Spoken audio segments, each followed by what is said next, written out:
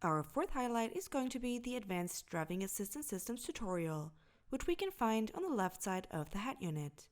We found those to be quite helpful, since they not only offer a written tutorial, but also video tutorials with sound.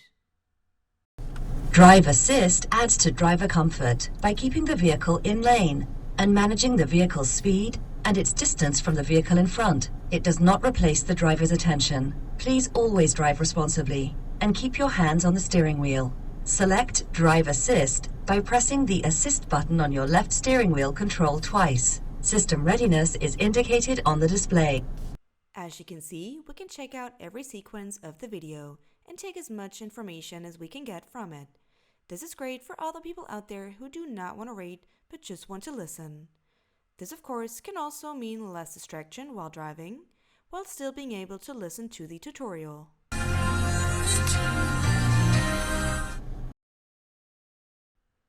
We can select either one of the videos on the list.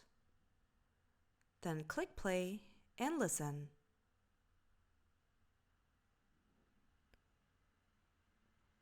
This makes getting information quick and easy without having too much trouble.